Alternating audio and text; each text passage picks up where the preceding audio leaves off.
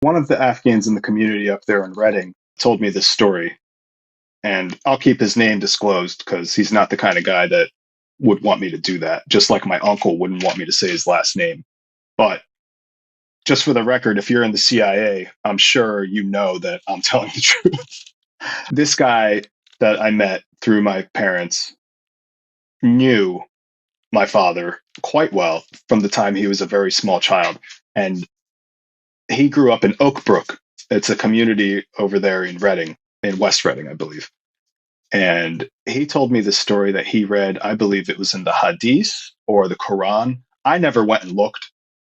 So if I'm wrong, I apologize. I'm just reiterating what this guy told me. He said that there are these creatures in the earth, and they're called Madazume. And he said they're these acid lickers. Now I don't know if Madazume is a Pashto word because we're Pashto. We're not Kablan. We're not Kable. We're from Kabul. We're from Kandahar, and I believe one of the main dialects there is Pashto. He said that these creatures called Matazume, they live in the ground, live in the earth, and they have these tongues of acid. And apparently they're licking the side of the hill to try to break out to the surface. And at the end of each day, they get tired and they say, okay, we're going to stop. And if they don't say we're going to stop, inshallah, which is God willing or in God's name, the mountain grows back.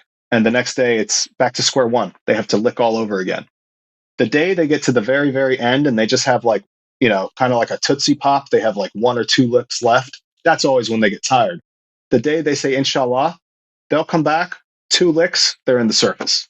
That's how I understand the story. And it's supposed to happen in the end of days as a form of judgment upon humanity.